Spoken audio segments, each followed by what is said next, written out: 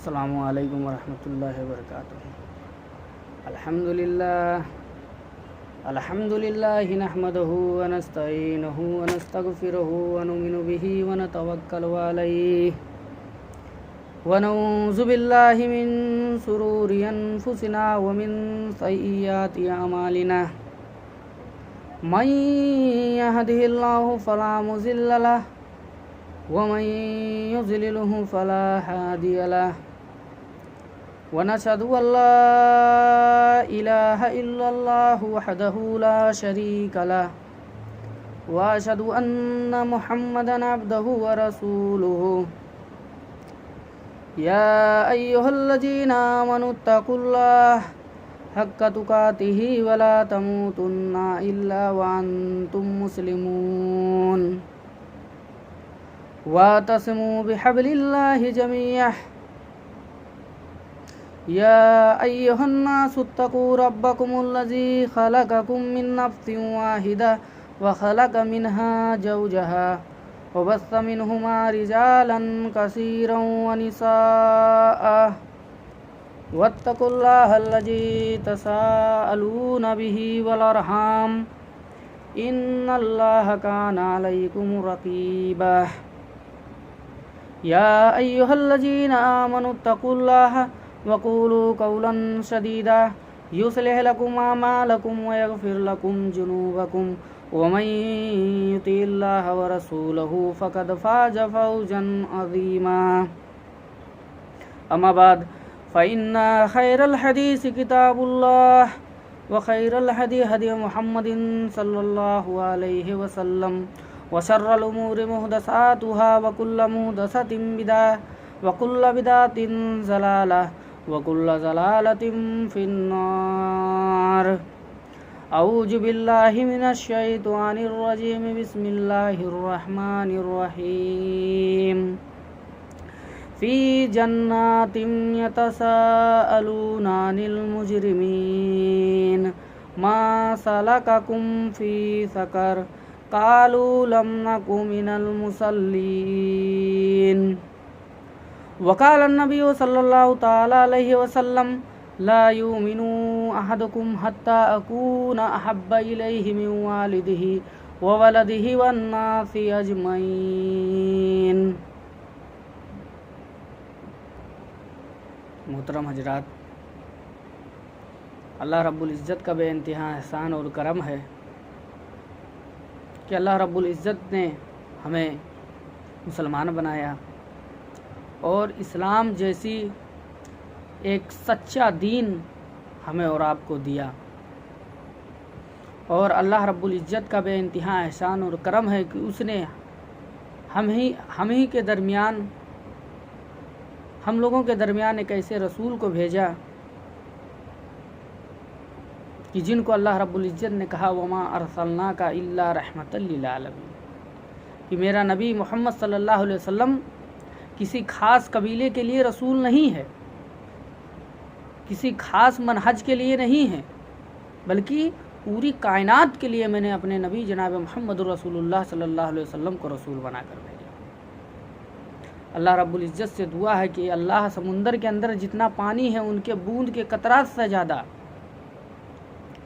درود و سلام کے بے شمار پھول نچاور فرما اپنے تمام انبیاء اور رسول پر، خصوصاً آخری رسول جناب محمد رسول اللہ صلی اللہ علیہ وسلم کے اوپر، کہ جن کے وجہ سے ہمیں راہ حق ملا اور زندگی گزارنے کے صحیح اصول اور ضابطے معلوم ہوئے۔